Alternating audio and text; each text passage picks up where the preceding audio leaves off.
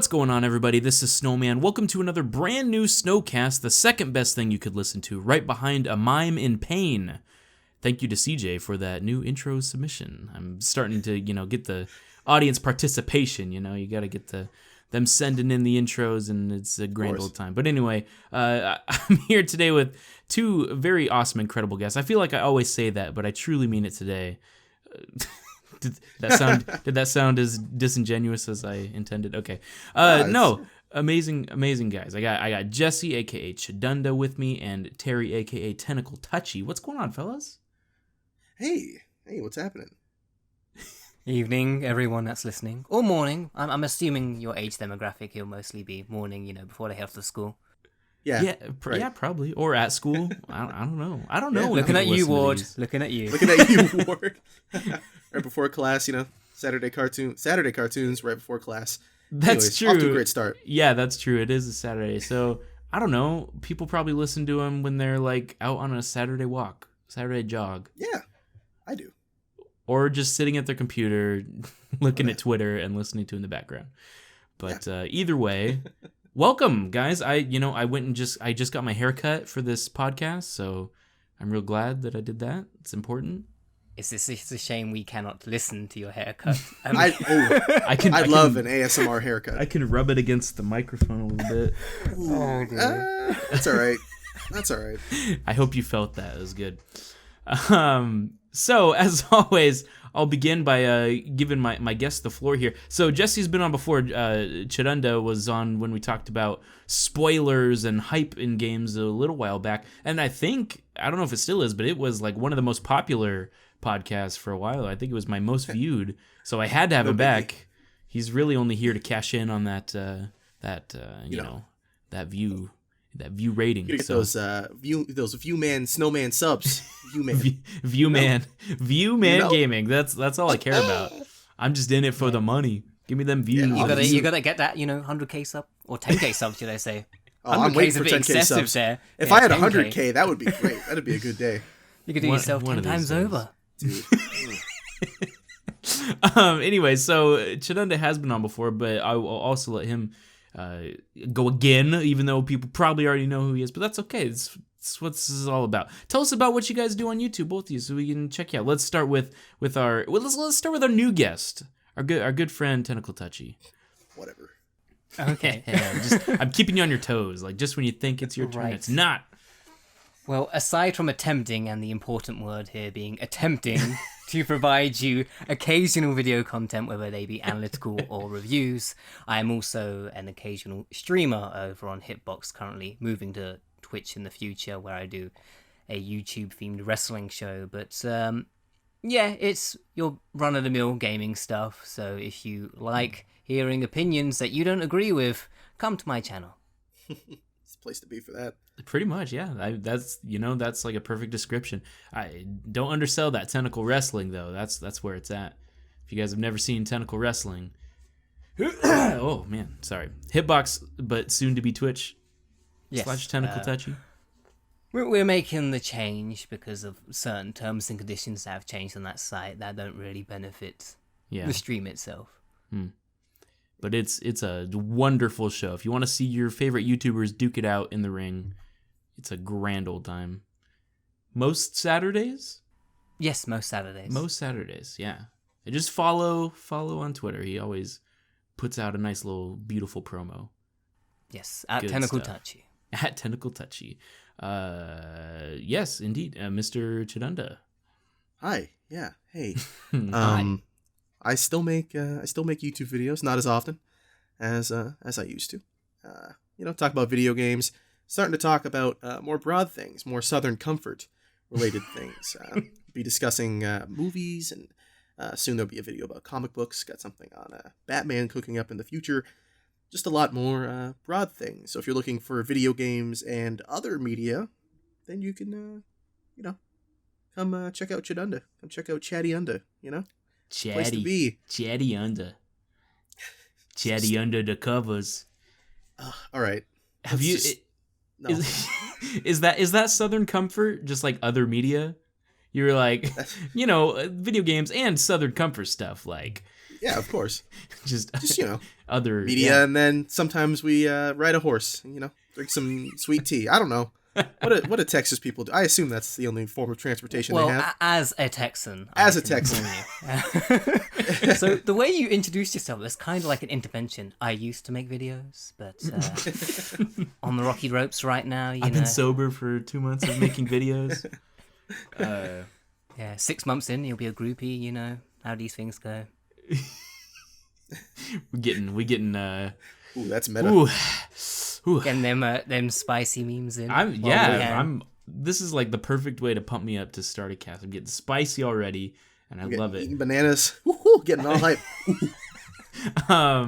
But welcome. I'm super glad that both of you are here. I think you both are incredible guests for this topic. We're going to go a little bit broader, kind of what Jesse was saying, a little bit broader into the gaming spectrum. Not so much about games specifically, but practices around those games, specifically the bad ones, the bad business practices in the gaming industry. And this is going to be a very interesting one. I'm not, the most knowledgeable about all the ins and outs, and that's why I have these two guys that definitely know a lot more about all that than me. So they're going to school me, basically. But, we're going to talk about the bad business. There we go. Bad business practices. We're going to kind of look at 3 in general, but I mean, obviously we can talk about any other ones that we think of along the way. And why they're bad and how it affects the industry as a whole and how we could improve those things or alternatives that would be much better.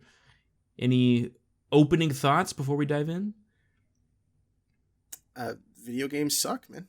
I think that's really the core to this discussion. Video games suck. Mm-hmm. And that's about it, really. I mean, we could really just end it there, honestly. Yeah. Thanks for watching, guys. All right, be sure to cool. hit subscribe. Appreciate it. So bad business practices. I think the reason I wanted to talk about this, I wrote this one down probably a little while ago when this stuff seemed to be very in your face. A lot of things coming at you that are like, this is just bad. I don't like this at all. For example, and I guess we should just dive into our first one. So for those that are like, I have no idea what you're talking about. For example, let's talk about early access to start. So like early access games that come out before they're entirely finished. Sometimes they're in alpha build, sometimes they're in beta build, and then they release them to the public and say, play the game. And then once the game comes out in full release, a lot of people have already bought them. In theory, I guess you could see where it's like, could be good, but I don't know. What's the pros and cons of early access? Break it down for us. Oh, man. I mean, there's so much to it that I would say is not necessarily horrible. The concept itself isn't really that bad when you think about it. Because you get to play the game as it's being developed, and you get to, in some way, influence the development. So I don't necessarily know if it's wholly bad or it's wholly good. Like a lot of people say there's just nothing good to it, and I don't think that's necessarily true. But if you look at any of the games that have come out of early access, it's clear that, there's the side that says, or the side that proves that, early access can work. You've got games like Ziggurat and Broforce. Yes, you also have things like Darkest Dungeon, Don't Starve, the recent Dirt Rally reboot, and Wasteland 2. Crypt of the Necrodancer. Yeah. Thank you. Crypt of the Necrodancer. Like there's loads of games that have come out of early access. Obviously, not off the top of my head because I remember them, but there are a good amount of them. Some that have been great and some that have been kind of mediocre. And I think that the ones that come out that are mediocre don't necessarily prove that early access is crappy. They just prove that the system can work, and sometimes developers just don't want to hear what their consumers have to say. Yeah, that's okay. It's not good, but it's just how it goes. Did Broforce just come out recently, like the official full release? I thought I had heard people talking about it, or it might have been a while ago. Maybe it may have been a year or two ago. The ratio of games completed early access and the games that are in early access is quite a margin. Ridiculous. Yeah, it's like, 10 to 1 or something like that? Yes. I was actually looking up some of the games that had been completed quite recently. And Darkest Dungeon was, I think, the third most recent completed, and that came out a fair few months ago. Let's put it that way. Yeah. So the thing with early access, so the thing with me, for those of you who are new to me, new to TentacleTouchy. I'm mostly a console guy. These two have more PC games than I ever will, and even if I started buying, I would never be able to catch up with the amount of sales. But I'm mostly a console guy and handheld, so my experience with early access has been rather limited until recently with the Xbox One providing early access games, and they're not too great, and I kind of avoid them. But the reason I'm mentioning this is my perspective of early access has always been on the outside looking in. And when I see the biggest example being the whole survival games genre that's just sprung up, you have DayZ that came along, and that was around, 2009 was it, when DayZ was first announced? It's been a long while, It was a mod. Yeah. Yes, it was a mod, then came a game, and Yeah. things have got shaky since then, and there have been a lot of games inspired by it that have come out. Two good examples that I'll mention, Rust and Ark. Now, both of those came out, maybe 2-3 years ago, still in development, still, unlikely to see the light of day as a full retail game, and yet people buy them, enjoy them briefly, uninstall them, and completely forget that they've spent, $20 to $40 on some of these games, and they don't care. And that is appalling, because I doubt the developers care that they're not going to come back. No. They've got the money, and they're going to be happy with that, and I don't know how anyone can defend the mentality of early access at the moment, when for every one good game that comes out, like Prison Architect or Don't Starve, you have tens of, maybe close to 100 of these, I guess you could say, buggy messes that exist purely to get some cash quickly and then assume that the audience will immediately leave within 6 months. Because they've got that one out right now. The Culling, is it? Yeah. Yeah. Like, And there's how another long one, will that Dead by be? Daylight now. Yes, that's a great example. That's just come out, and I've noticed everyone's gone to that from the Culling, and will the Culling be finished? I doubt it. But hey, they got their money's worth.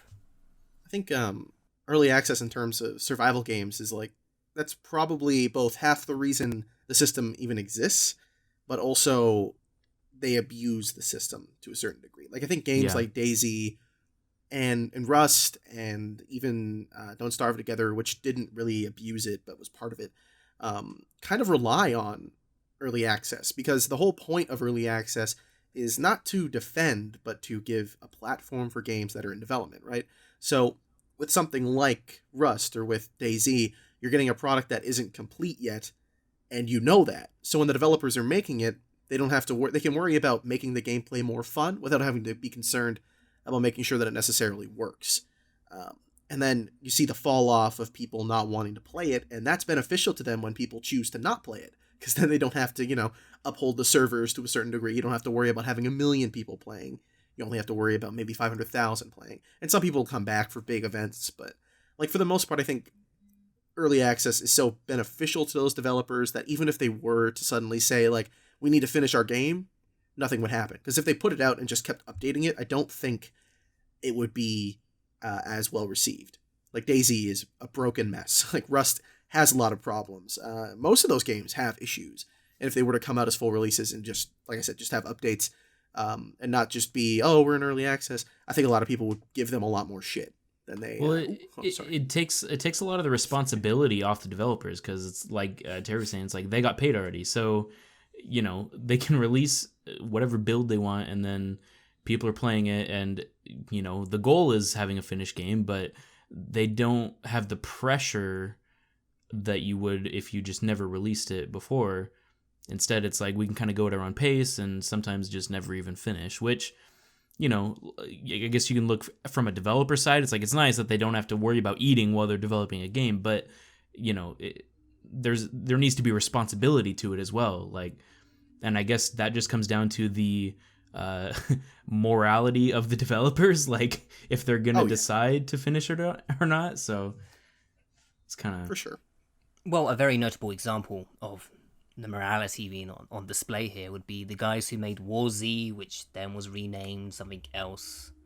I forget what it was called, Infection Outbreak or Infection Survivor or something. Basically, it was a long line of mess-ups and whatnot that just ultimately led to them closing the game down and relaunching it under another name. It was a shaky business, to put it that way. And I think the biggest notable problem you could possibly put towards early access with these survival games is they're the forefront, they're the ones on the focus. And for every small game that comes out, like Broforce we mentioned, people forget, oh, that was early access? I thought it just came out. Yeah. Because it didn't get the attention it did when early access happened. And I think the person, or should I say the company, that's at fault most for this is Steam's Greenlight. Yeah.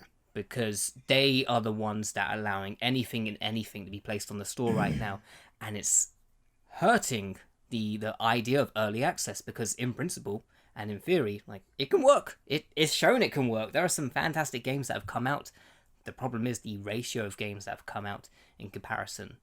It just, there are some people who are very shaky on the idea of investing when so many have come by that haven't worked out.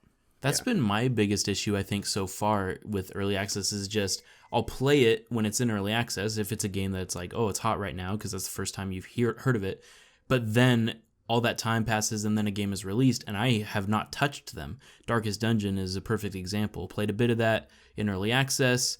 The release came and went and I haven't touched it in over a year.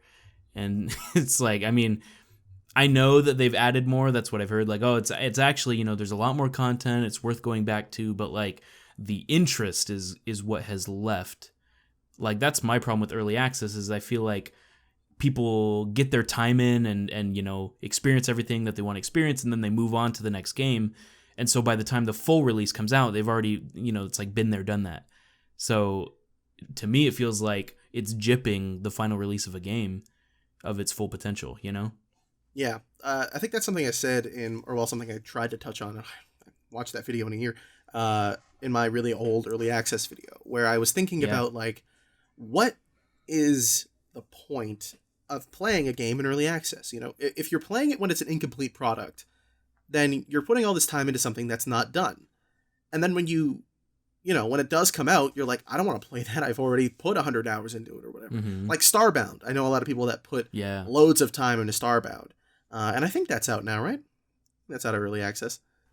And even if it's not. I think it is. It's a good example of, like, we don't know. Yeah, we have to question that. Like, that's another thing, too. Like, when a game comes out of early access, like, Darkest Dungeon came out, and that had a big push behind it. But it really didn't matter to, I think, the game's overall reception. Because people already had an opinion of the game in their minds. And, like, the final release did put something out there, and I think a lot of reviews came out.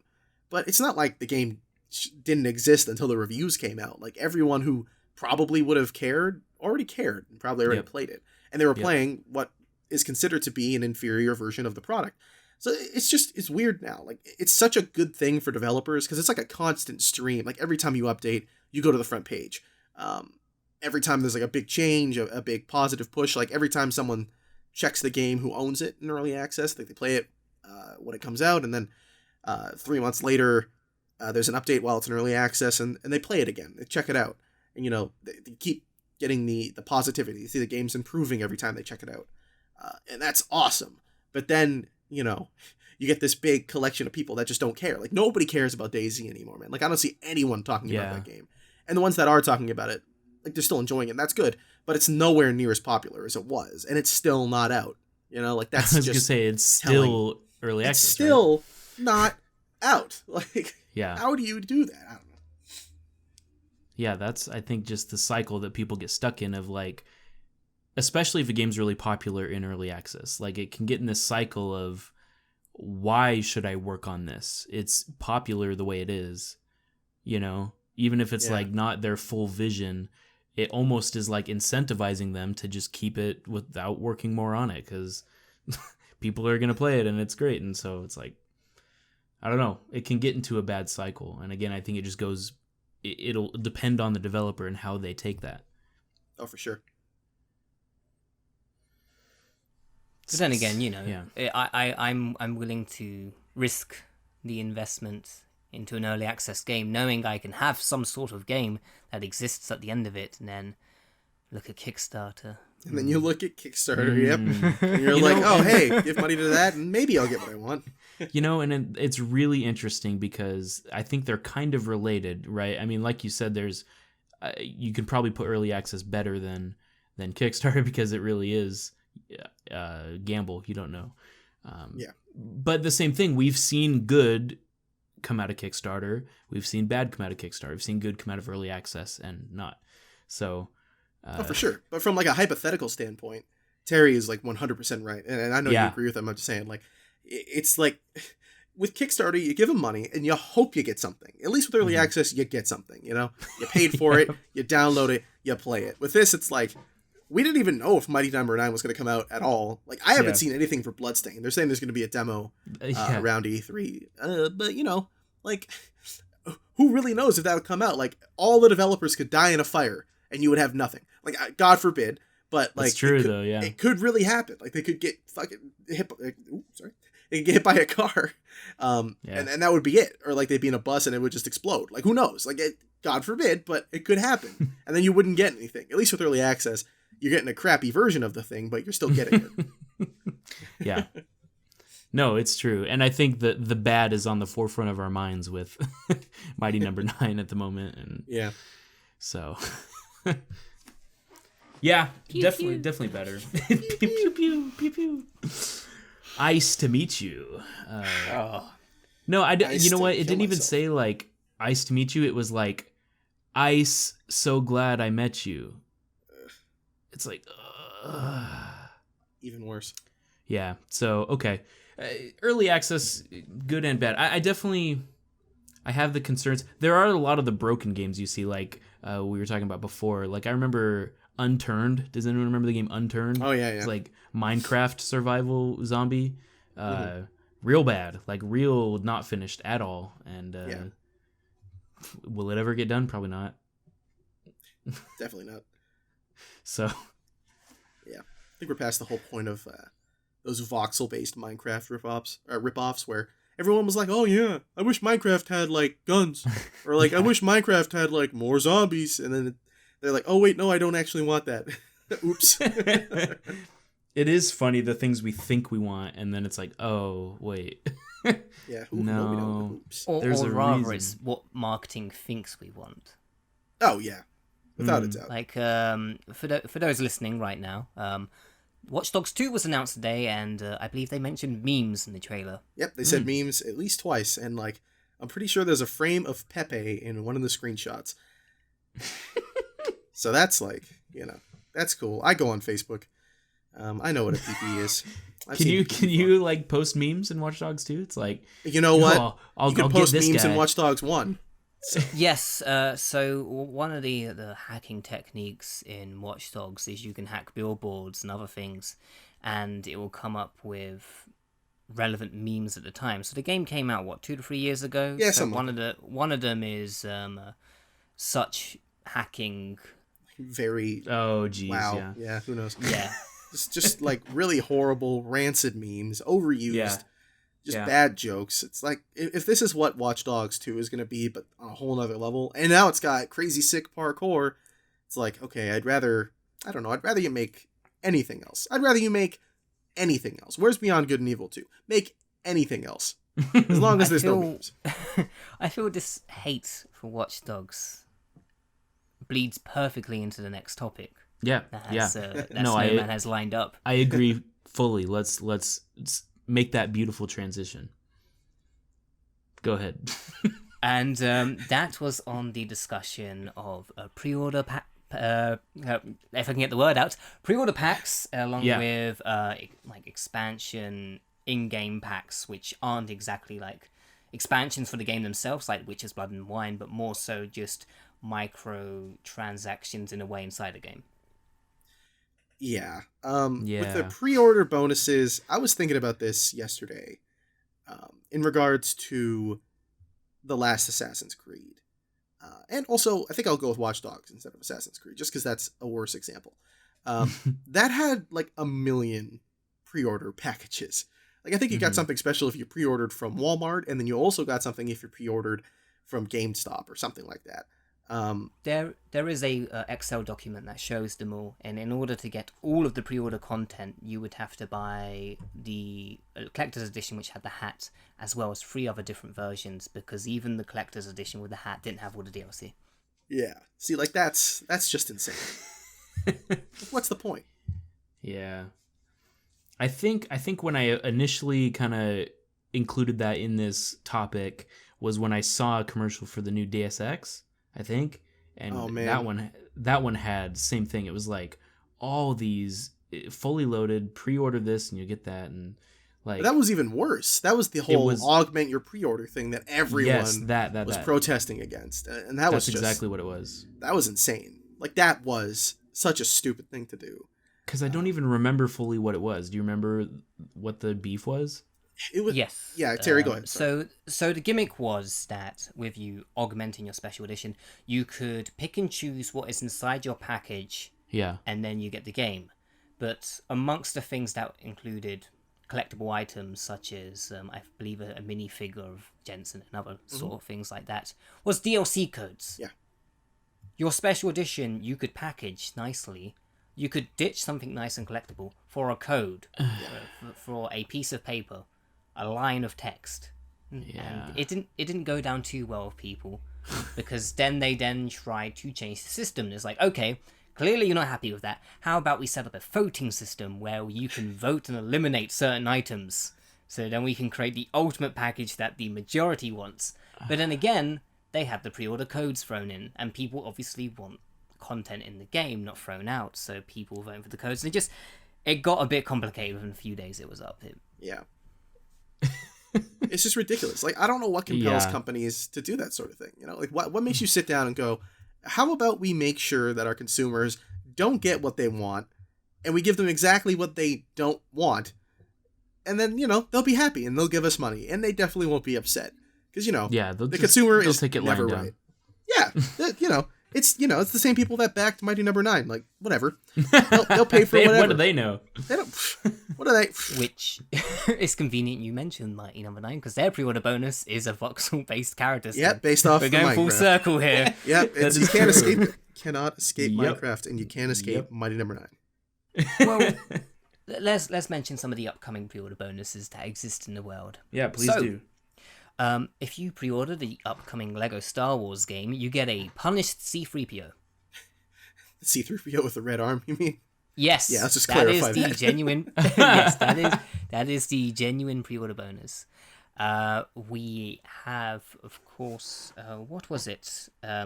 FIFA. If you pre-order it, you get Ultimate Team coins. Nice, yay!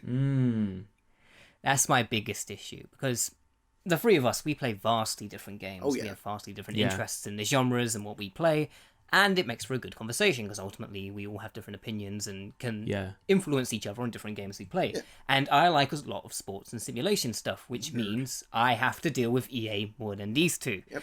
And in doing so, I get to see a lot of Ultimate Team. Now, for those of you listening who've probably not played a recent EA game in quite some time, they have a thing called Ultimate Team, and this is in every single sports game they have now, even UFC somehow.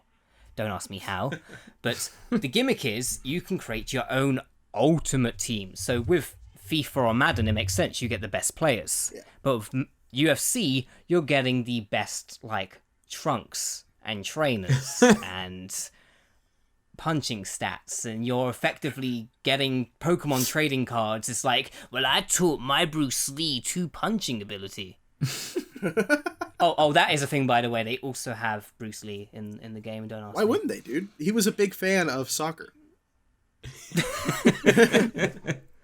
But no, it's just it's bizarre how they do these things with the Ultimate Team, because it is, like I was saying, like kids with trading cards, and the amount of money they cost is absurd, because you can get one pack and it'll be, you know, like 59 cents or something, but then the prices go up to near over $100 for buying packets of artificial players, and the game's only good for a year. Well, 9 months, because it takes a while for the next game to come out also.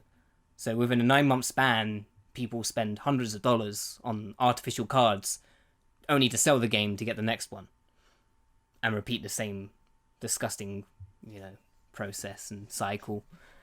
Yeah, that's kind of how I feel about sports games in general. Is like, why would you buy the new one? Because like now they update rosters, you know. So it's like, yeah, I think someone owns the patent to not do that. Actually, like only one company owns the rights to actually update the rosters for their games. Yes, that would be 2K. Yeah. Yeah, so EA and who are they? I forget the last company, but they're not allowed to update the rosters. Oh, Konami, that's it. That's really everyone interesting. Everyone else, yeah. So you can swap players around with an update. So let's say, for example, hypothetically, one player was sold to another. You can fix that in a patch, but you cannot add more players in or update stats or anything like that. That's really funny. Huh. So I guess for the ultimate layman that's listening and is like, what's the big deal? What's the problem with all these pre-order bonuses? So you pre-order, you get a little bonus. What's the big deal? What's the problem? You're incentivizing or effectively putting a time limit on buying the game. It's like, if you buy the game, you get these guns, which will only be there for a limited time, but they're in the game code, but don't you worry, it's just a limited time that you can get them. And that is bull manure, should I say. That it makes no sense because you can access it through the code. The PC players have done it time and again, especially when Mass Effect 3 came out and they were saying, you can't access this character. And one guy was like, I literally went in the code and changed one number. and I have the player. And it's like, yeah. It's like, it's a case of you're intentionally limiting content behind a paywall, which often enough may not be the game that you want. Example of this that recently... well, not so much recently, but it's a great example of how the gaming community got screwed over for pre-ordering early. So Left 4 Dead 2, their pre-order bonus was you can get an exclusive melee weapon, a baseball bat, if you pre-ordered the game. Nothing special, obviously, it's just that it's one weapon, and that you'll get the baseball bat. And people pre-ordered it, and every level you start on, you got the baseball bat. That's cool. And whoever you played with that had the pre-order bonus, their baseball bat would spawn also, which means if you're playing an 8-player versus game, you could have up to 16 baseball bats spawn. It kind of got a bit excessive with the coding. But then when the first map pack came out, they made the baseball bat public to everyone. Yeah. So when you turned the game on, the baseball bat was no longer accessible to everyone. They removed everyone's pre-order bonus. Good. That's even though you would have. But people paid for that thing. That's who cares? Whatever. Money. Screw you guys. Okay, stop buying things. Going back to what you were saying earlier, Terry, about the incentivization, whatever. I don't know. Yeah. I don't speak English. It's funny because developers tend to add. Well, not developers. It's normally publishers who kind of push for that sort of thing. Would say, oh, well, I have this pre-order bonus, and they pay $5 extra, or they pay the same price, or sometimes they get a discount, and we'll add this little thing on. And that's a fun way of doing things. But then you get companies like Activision, who with the latest Call of Duty are adding what is, without a doubt, the most beloved Call of Duty, a remaster of it, Call of Duty 4. They're tacking that on to the game that surprisingly nobody wants, or nobody seems to want, anyways. And it's just so strange that they're even doing that. I get the idea of getting people to spend a little more money early on, so you're getting that extra cash. It's $90, I think, or 100 something, to get Advanced Warfare with a copy of the remake or remaster of Call of Duty 4, and that's fine. But I think, I don't know, I just don't see any reason to do that unless you really want to play the remaster of Call of Duty 4 right away. Because I think they did that with Black Ops 3 as well, where you just got a copy of Black Ops 1. Yes, because so this was for the last gen version, because Black Ops 3 on last gen didn't have a single Doesn't have single player. So they gave you Black Ops 1 as a way of saying, hey, here's single player. And more people went back to Black Ops 1 to play multiplayer. Of course. But then you could buy that separately, right? Afterwards, Black Ops, the PS4 or no. There was something Activision did lately where they were selling another copy or a remake I believe or a remaster they were selling the multiplayer only on Steam. Okay. I do know that this isn't the only company that's done this recently. Last year when Fallout came out, you got Fallout 3 with the Xbox One version. So it's like, hey, while you want to play this glitchy mess, you can play this other glitchy mess. And then, of course, we had Quantum Break with its really, really poorly managed media files. Snowman, the game's over 70 gigabytes. Damn. 70? Yes. Oh. Yes, because none of the files are actually compressed. Isn't it streaming the video? Yes. So why? They filmed the scenes based upon your in-game actions, but the problem is there are 16 different storylines. Ooh. Yeah. That's Yeah. So Ooh. it's uncompressed, but they also packaged in Alan Wake and Alan Wake's American Nightmare if you pre-ordered the game. And I've noticed a few. Great. Yeah, I noticed a few developers have been doing this, but while those games are just the originals, to remaster an entire game and then tell the general public, you cannot get this if you do not pre-order, we will not sell this, is quite something. Right. Because I mean, you know they're gonna sell it. Yes. Like, you know for a fact they're gonna sell it, probably for $60 though. That would be my best guess. but you already I think have they the know people. Advanced Warfare. But you have the people that are scared. That's the thing. That they won't get yeah. it, and that's why they're going to. So they're gonna buy it. Yeah, exactly. Yeah, And I believe there's a price difference between the two. I think it's an additional $15 to $20 if you want to get that version also.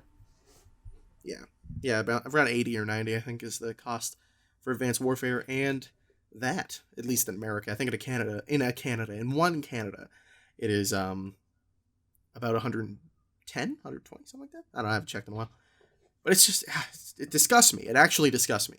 That, like, it's that much money for a remaster of a game, even if it's on PC, especially if it's on PC, because the original Call of Duty 4 looks amazing on PC if you bump up the graphics. Yeah. The graphical fidelity of the thing. I still have it. That was one of the first games I ever bought on Steam. Like, Call of Duty 4. it looks great, right? Like, it doesn't really look horrible. I think they updated it, and it looks like a little bit better, some of the textures, but it's like, I don't know. These companies seem to be so interested in making money, and it's like, oh, that's what a company is, and like, you can't really get mad at them for that. Well, and remaster is kind of a buzzword, right? Like, Yeah. you gotta get the remaster, dude. It's the only way to play it. If you don't remaster it, man, how are they going to play it on PS4? Because there's no backwards compatibility. We might as well abuse that. Exactly. Well, That's really all it don't is. forget, you can buy PS2 classics for $20 in... But I already own it. Yeah, but no, you don't own the PS4 version, silly boy. But I already own it. You gotta get it. So, real talk, I bought a PS4 like a month ago now, and I should have done my research, sure, but I guess I kind of assumed there was backward compatibility because there were a lot of PS3 HD releases of PS2 games that I really wanted, like Shadow of the Colossus, the Jack trilogy. But nope, I'm kind of screwed out of luck now. No, if you wish to get backwards compatibility, your best bet is to get an Xbox One at this moment, because development's going quite good for that. Yeah. And I mean, Wii U and the Wii both had backward, and so they got that at least. But yeah, just all right. I guess I just should have got a PS3 instead. I think So- Nintendo banks on that whole kind of thing, though, you know? Because Well, they and come out with they one do it even game weirder. for the new They do it console. even weirder because they have the Wii hardware, or I guess software, in the Wii U. Like, you have to reboot up the Wii version on your Wii U. It's not just you put in a Wii disc and it reads it. You have to like reset the console in Wii mode and then play. Oh, that's It's really weird. Well, so like it's Yeah, it's emulating really the Wii weird. software? Pretty much. Yeah, it's much like what the Xbox One does with the Xbox 360 games. That's so weird. Yeah, it's interesting. We were talking earlier about just all these things that are bundled with, and it got me thinking about DLC, which DLC nowadays I feel like is much better than DLC 5+ years ago. You know, a lot of them it felt like I could wait for the Game of the Year edition, then I'd just get it all for cheaper anyway, or you know, something. Yeah. I personally have never been much of a DLC guy anyway. I very rarely wound up playing it. I am more the mindset of like, I just want to play the base game. Like, that's what the original intent was. Obviously there's exceptions where DLC is fantastic, but I felt like, especially back then too, that DLC was kind of cash grabby and just like, here's a bit more of the game, but it's really disconnected from the rest of the game. Like, I think of like Fallout 3 DLC, and I ended up getting Game of the Year, I think, on Steam, and just trying it out. And I was like, this DLC is dumb because it's like, it's fully disconnected from the rest of the game. It's like you basically go into a simulation, finish the section, and then, okay, you're done. Now go back to the rest of the game. Yeah. And it was just like, what? What's the purpose of that? I don't get it. It's just like, here's more game, but it feels taped on, you know, and not like interwoven. Mm-hmm. And like now we're starting But like to I see s- less of yeah. that. Like it's starting I to was get a gonna lot say, better. Yeah, I do feel like games are doing much better at that now. Mm-hmm. I haven't played Blood and Wine, but I assume you're diving in. Oh man, I get happy and then I get sad.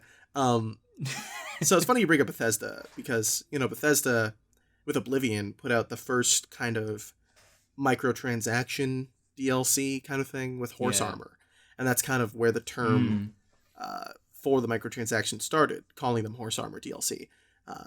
Things that are sold as these huge commodities that like you buy alongside Knights of the Nine or whatever, but really it's just like a cosmetic thing. And we're still seeing some of that. Like, if you want to look for companies that are doing really, really bad things with their DLC, just look at Warner Brothers. Arkham Knight came out with a season pass, and like you maybe get like 45 minutes to an hour of more content, and the rest of it is like you get this suit for Batman and you get this car. Like, cool, I guess. Thanks. It's just a lot of that sort of stuff. But now, like, other than Warner Brothers, really, that I can think of, a lot of the AAA companies get that we don't want that and we're not buying it. EA even with their with Star Wars Battlefront had their DLC for that, and that's actually been pretty all right. Like, I don't think anyone's really even playing that game anymore, at least on PC. But like the DLC's been good. You get a couple characters out of it. It's a new way to play the game. I think you get a map out of it and stuff. Like, it's just companies realize that we want actual content. We don't want little things. Yeah. We're already paying $60. Yeah, like no one wants to pay that. I think it's more beneficial for developers to actually take the time to not create small products and sell them at a low price. Like, selling the horse armor separately was a stupid idea. They should have just put it in Knights of the Nine or something else, like one of the other expansions for Oblivion. But now we're seeing games like The Witcher 3, which Blood and Wine is like insane with the amount of content it adds. I mean, it adds a whole new area that's about as big as one of the main areas or two of the main areas in the main game. And it adds like a whole new system for leveling up, a whole new set of skills you can unlock, loads of new sets of armor, like higher upgraded tiers for the Witcher armor. Like, it adds all this new stuff that it probably would have ended up being microtransactions like 5 to 7 years ago. Yeah. That's really cool to see. Handled much better. Yeah. And like Bloodborne with the old Hunters DLC. There's there was the Following for Dying Light. Like, there's been so many good expansions. I think that's really what we should be aiming for, expansions, because people are way more willing to pay $20 for like this big 10 plus hour add-on to a game they already like, that also includes some of that little crap you want to make. Things that an artist could shit out in a day, They could just sit down with their pen, draw something out, make the 3D model, and then just go to town and release that. Like, that would be $1, but no one's going to pay for that, right? Unless they really care. Why not make a $20 thing that's really big and takes a lot of work and gets to challenge you creatively, and then you get to toss those little things in that you could do in a night, and people are like, oh, great, $10 of getting all this kind of mediocre stuff, and then like this one really cool thing. Like, people appreciate that more. Expansions is a good word for it. Like, I think of like Shovel Knight and the Plague Knight campaign. Yeah, and that's like, free. Oh, like, oh yeah, seriously, I know. And then if you can't compete with that either, because then they just release that for free. There are developers that are charging like $80 for a full game, and then later on they're like, hey, pay $40 for a map pack, and then Yacht Club's like, you paid $20 for this game like 8 years ago for the 3DS. Here's the free DLC for it on every console. Like, there you go, enjoy. Seriously. Yeah. And was it you that was talking the other day about like definitive editions and all that, and just you pay a little bit more, and that's kind of a good trend that's catching on too? Oh yeah, I've been noticing that's been the case a lot more now. Like, I know Ori had their definitive, and you pay $5 if you already own the game or something. Yeah, Ori was like, $5. That stuff's cool. It's really cool, and I think like there's two sides to that sort of coin. You get companies like not Moon Studios, whoever the hell made Ori, and you get the hard reset guys, and you get like everyone else who they're like, oh, well, we'll just we made the game 18 million years ago or a year ago in Ori's case, and then it's like, yeah, just pay us $5, you already own it, whatever. Pay us the difference, we'll give you the better version of the game. And they're like, oh, okay, yeah, sure, why not? But then you get companies like whoever owns Darksiders, Deep Silver, pushing out Definitive Edition, which is just the same game, like slightly better lighting, another anti-alias setting, and like a new difficulty. That's Nordic. But that games. was full Nordic games, Yes. right? Thank you.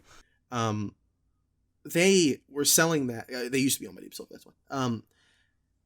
They were trying to sell Definitive Edition, but in order to get it at the discounted price, at like 85% off, you had to have the first game, the second game, and the downloadable content for the second game. Ooh. In order to get the discounted version. So that's like, you're already spending all that money. And it's like, yeah, Yeah. if you like it enough to buy the Definitive Edition, you're probably going to end up already owning that stuff. But like, I was missing one bit of DLC.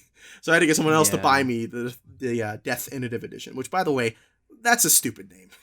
Don't call your anything Definitive Edition. Stupid. Stupid. Terry, any thoughts on DLC before we go to our final topic? I definitely agree that it's been improving over the last few years because I have an excessively large console library for the last generation, and aside from a few exceptions like the Grand Theft Auto 4 and Red Dead Redemption expansions that exist, a lot of them are much smaller and less advanced in scale. For example, I'm sure you guys know this, Saints Row 4 was originally going to be a expansion for Saints Row 3.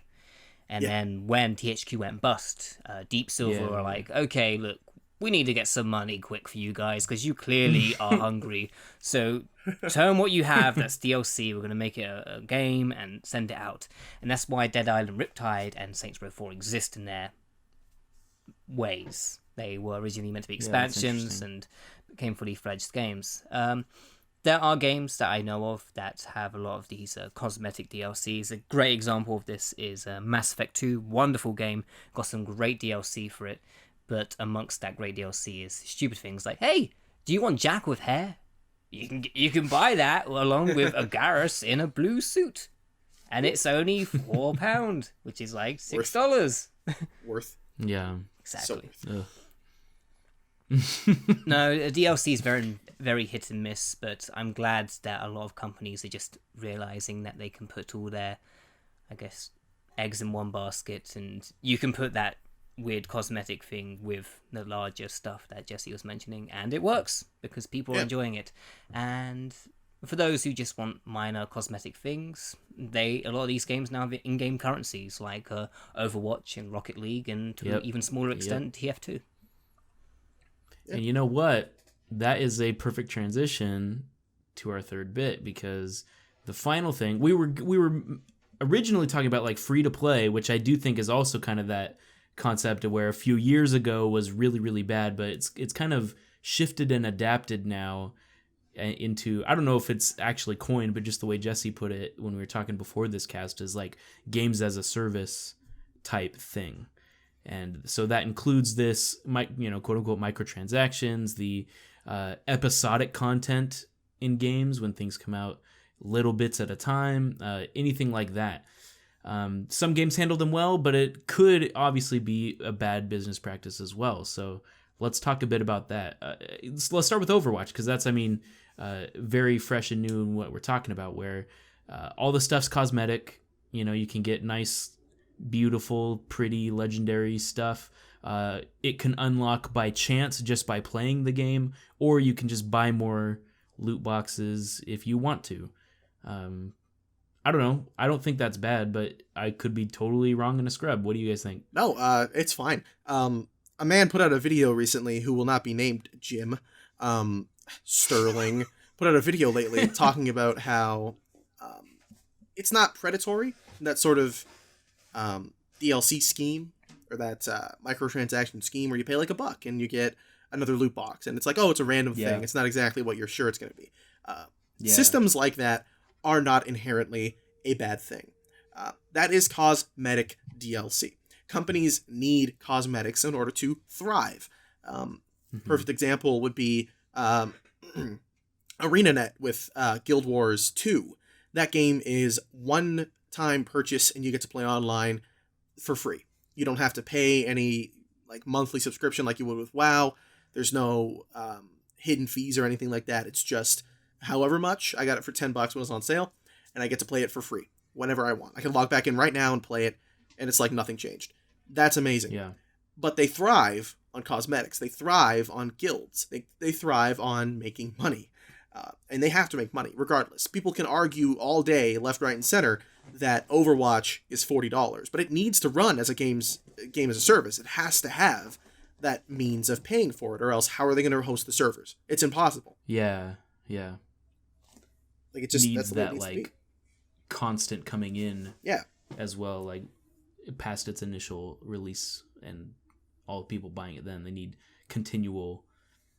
And that's not, new either. Like, obviously I think of like CSGO, where that's been just a, thriving, where people buy skins for their guns, and it's like, quote unquote, like waste. It doesn't help you in the game at all, but it's just like cool stuff. If they want to buy it, they can. And yeah, for the developers, like, that's good. They need that to keep the game operational. Yeah. So it makes sense. And it's great because it's not intrusive. Like, yeah. for most games as a service, it's exactly. Yeah, it's always a choice. For most games that operate under that games as a service kind of label, mostly mobile games, but sometimes console games, and PC, of course. There's the odd one that's like kind of not great, and offers content at this really annoyingly expensive rate, like Angry Birds Go or not Angry Birds Go, Angry Birds Racing or whatever the hell. Where it's like they have $100 cars and stuff like that. Oof. And it's like the point of the game is to sell you an initial product and then have you keep on paying as time goes on, both to keep the servers up for the game, if there are servers, and to keep you, spending money. So if you don't like it at first, that's fine. And I actually think that's a really great scheme, a really good way of doing things. Like, episodic content, games like Hitman are very games as a service type deals. Yeah. Like, it's a good idea. I think it is actually a very good idea, because it's not like you buy it once, you play it, you put it down. People are still talking about Hitman. Like, no one has stopped talking about it. It's both great for their marketing and it's great for consumers. You're getting a new entire map to play on. There's always those elusive targets. So there's people you can, you have to kill in a certain time frame, like 48 hours, something like that.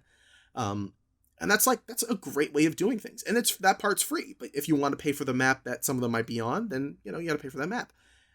It's really, it's really, really nice to see games taking that kind of approach. Like, if you don't like the first episode of Hitman, then okay, you lost $15. That's a shame. If you don't like it under 2 hours on Steam, you can just get your money back. So you're fine. Right. But, you don't have to pay for the rest of it. You don't have to pay $60 for a game you might not like. You just pay $15 and you can play it for a good while. And you can get all of your enjoyment out of that one level. And maybe you only want to play the one level over and over again. That's fine. You can totally do that. And I really like that sort of way of handling things. Yeah. Yeah, that's interesting. What's the flip side? Like, what's the negative, or do we have negative examples of it being a bad case? Oh, well, for games. There are absolutely bad examples of games as a service. I mean, you could just look at, like I said, the Angry Birds Racing, a lot of mobile games like Candy Crush Saga, mostly free-to-play games, all have this sort of predatory system where it's designed for you to constantly come back and spend money. And if you're not spending money, it forces you to constantly come back and spend your time. I mean, look at Farmville. That was probably the first game that was designed not as games as a service, but more as games as a social construct, where you had to keep playing, you had to come back. Oh, it's been 15 minutes. Exactly. Like, you plant some cherries, you flop around, you touch your cows, and then, you come back 30 minutes later and your turnips are done, or you come back 3 days later, or you could spend $5 and your turnips are done right now. Like, it's very predatory. It takes up your time. It consumes your time. I mean, my mother spent like hours of every day playing Farmville. She enjoyed it. Like, she had fun, but you could tell, like, she hated spending all that time doing it. While she was doing it, she had fun, but she'd stop and she'd be like, "Oh man, I played Farmville for like 18 hours this week and I haven't done anything else." I'm like, that's not good. She's like, "Maybe I should spend money on this stuff to make it go faster." And I'm like, "Mom, no, you're falling into it." My dad did that with freaking, why can't I think of the name of it? Clash of Clans. I still play it too, but have not spent a dime on it. And my dad, he's put in a lot of money to like get more builders, and like, it's funny because he even realizes Farmville, Mafia Wars, when that was like a thing in Facebook, like, you get money to get more money. Like it's a never ending, like you can unlock more stuff so that you can get more stuff eventually. Yeah, and then but you also have stuff. to pay more money to unlock to get more stuff, to pay more money to unlock to get more stuff. It's just like, oh boy, okay. But there's no final product. It's just like, okay, so you have more money, so then you can spend more money. Like, it's just, there's no point, and so... Wow, it's almost like he even realized capitalism. that. Whoa. Political. A continuous destructive cycle. Yeah. So exactly. Yeah. the thing with me is I avoid a lot of the mobile gaming because of this. Like, people tell me, hey, there's actually a good mobile game out, so you know what? I'll go check it out. Then look on the store, and then you've got all these Frozen games where it's like, oh, brush her hair and pull out her teeth, and look, there's a pregnant cat scanner game. It's like, whatever. I just wanted to see the Layton game and see if it was good. And a good example of one of those games that just eats up your time continuously is Fallout Shelter. I like the idea of it. I thought I'd play it. And then my phone was lighting up every 5 minutes. Oh, your person in the shelter needs this, it needs that. It's like, I didn't buy a Tamagotchi game. Go away. Mm-hmm. I don't care if you need, your poop taken away. Like, that's what these games are. They are effectively a modern day Tamagotchi. Yeah, basically. Yeah. It's like you have to feed it and bathe it and clean it, and just it's a continuous game where you've got a baby in one arm and you've got your phone in the other, and you're both rocking them, just hoping they're both quiet for 5 minutes. And I remember when they announced Fallout Shelter, like the big push was, this is not a Candy Crush. You're not going to pay more to advance. This is not that kind of game. You can finish a thing that's working on, if they're building something, you can finish it immediately at any time. Like, I remember them totally saying that.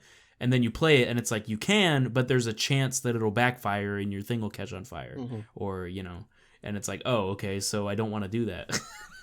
So you're still going to make me wait. I mean, Todd lying to the gaming demographic and public? No, Todd would never do such a thing like that. Sweet little lies. Tell me those sweet that mountain over there, Jesse, you can climb it. You can climb it. You see that fortress over there? You can build it. It's games like that, though, games that don't ever really have a conclusion, don't have an end. It's just more, always more.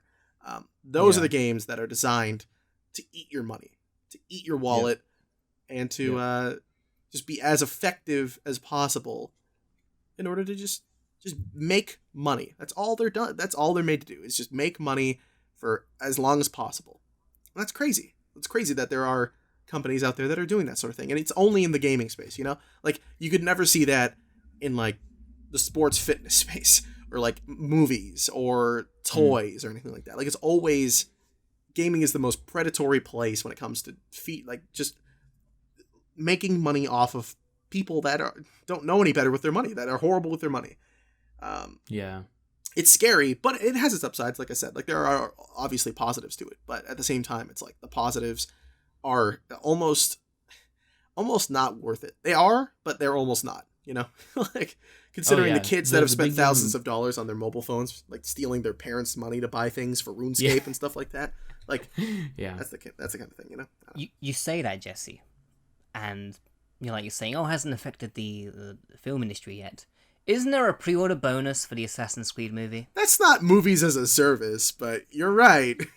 I mean, we're getting close to it. That is true. I did see that. It's going to be like that episode of Futurama where they vote in the cinema what scene they want to see next. Yeah. Oh my god. Whoa, dude. Or the Batman vs Superman Definitive Edition DVD release. Yeah, don't remind me. Don't remind me about that movie, and also that's a thing. Don't worry. Films are just like 2 steps behind, dude. It's coming. The big mobile game I'm playing right now is Peggle Blast, which is Peggle but with this games of service crap in it, and I hate it. And it's a good on the toilet game, but like, it's stupid because it's like, it's way too hard. You have to like not only get all the orange pegs, which is just a regular Peggle goal, but you also have to score a certain amount of points, and if you don't, then too bad for you. You only get 5 lives, and then you gotta wait 30 minutes for another life to unlock, or pay now and unlock it now. Some levels I seriously could not beat unless I used a power up, and those cost money. Like they give you some free ones, but you know you need to buy more. Yeah. And it's like I get that it's totally that feeling. It's like this is designed unfairly toward you so that you'll spend money, and I don't like that at all. Ugh. And I liked Peggle, but now it's like, ugh. Yeah. Peggle. The original Peggle's great, but now you're like, Yeah, it's great. I don't want to spend $3 to get the unicorn to eat all the little Peggle knobs, whatever. I don't know. Yeah. You have to. You can't even pick the character for a certain level unless you pay more. Like if you can buy the ability to use a different character on a certain level. That's stupid. That's stupid. Was there not a thing with Angry Birds the updated where you could pay for an eagle to drop a bomb that completely eliminates the map? Yep. Yeah, I again. Let me beat this level for you. I pay for I don't it. really touch mobile gaming. It doesn't really appeal to me. I don't like the touchscreen setup. I know, of course, Doogie does a whole series where he actually shows, hey, there are some good mobile games, mobility, but for me, no, I can't really get into it. But then when I see the occasional console or PC game do it, and I'm like, hey, that looks interesting, I'll try it out. Oh, wait, nope, I've got to buy these packs just so I can have some lives in the game. Wasn't there a recent PC game, I forget its name, but you had one life, and if you died, you had to rebuy the game the entire time? What? Yes. Oh, yeah. There were two. Yes. I was talking about that. What was it called? I don't remember the name of it, but I remember that being. Yeah, I definitely remember. And I remember my conclusion being, if the game was free, it'd be cool, and you could try it out. And if you die right away, at least you didn't lose anything. Yeah. But it cost money. It was like $10-$15 or something. It might have even been more. I think it was 25. 20. Yeah. Yeah, it's pretty ridiculous. Yeah, you die. You live once. And in concept, it's like real life. You only have one life, but that basically means you can go in the game and you'll die in 2 minutes from a camper or something, and then you're out $20. Like, horrible idea. Yeah, just awful. It sounds like a good social experiment game. Like, we are giving away like 10,000 codes for this game. We're gonna see who is ultimately the last. Which person. that's what I'm saying. Like, if it was free, I feel like it'd be cool to at least try, like, as a social experiment. Absolutely. But because it wasn't, that's stupid. Oh yeah. Real quickly to conclude, back to episodic real quick. Like, is there examples of bad episodic content? Because I think of like what? Yeah. Well, and that's kind of why I bring it up. I think of Telltale. Telltale makes sense, I think, because it's story driven things, so it's a lot like a show anyway that's episodic. Like TV shows are episodic. Playing Walking Dead is episodic because it's like a show in a way. So I think that fits well. But in other games that are episodic, what are examples where it's poorly implemented? Well, I did a bit of research for a project I didn't end up finishing, but there are games that exist that started off as episodic that never finished. So people have brought an episode and we'll never know the grand conclusion. We had Blade Kitten that came out in, I believe, 2010, and its second episode only came out last year. So a bit of a wait to find out what happened to old Blade Kitten. We had the ever lovely Hydrophobia, if anyone remembers that game listening. Hydrophobia Prophecy or whatever? Yes, that was meant to be a 3-part game. And at the end of part 1, it ends on a cliffhanger, great, and then the company went broke. But before they went broke, they repackaged the game slightly. And one of the things they did when they repackaged it and resold it to the PS3 and PC user base was they patched out of character's voice. So the guy that helps you in the game, in the original Xbox version, has a very thick Scottish accent.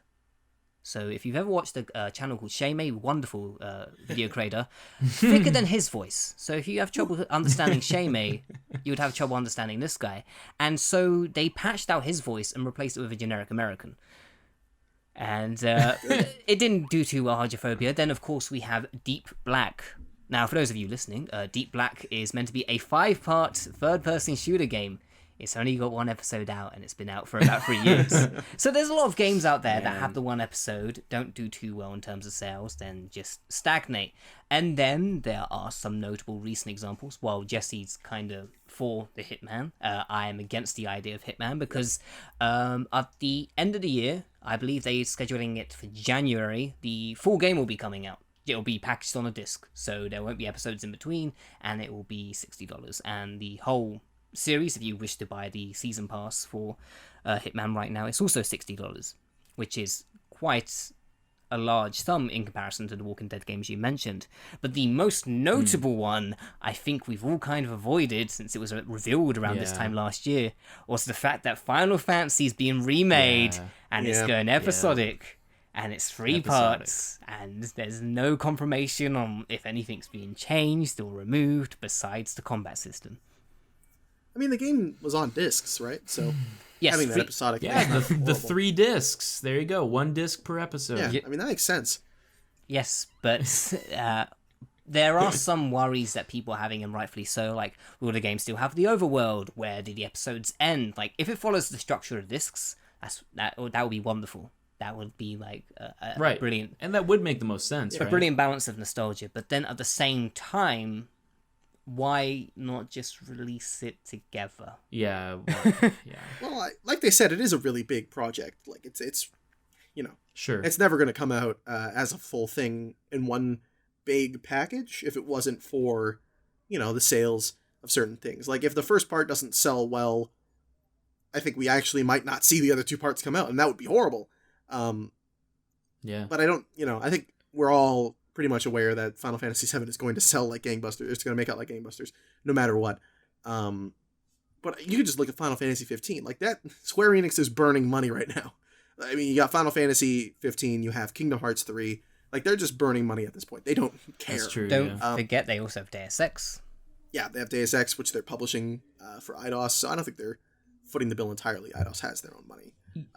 Kingdom Hearts 2.8. Yeah, 2.8, final prologue, final HD. Chapter, HD, yep. 3D, 4D. There's also the chibi Final Fantasy game coming out, as well as World of Final the new Fantasy. Nier. Yep. Which Nier only Automated, 4 people will be excited about the here. 2 of them are Chris. Yeah.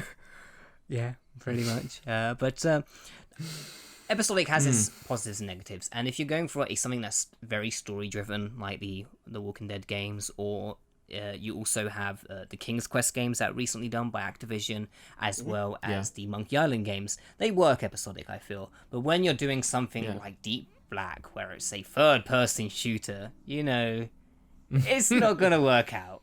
I feel you should just maybe condense the budget of the game, or maybe just, skip an episode or 2 and just, I don't know, shorten the game. But I don't know.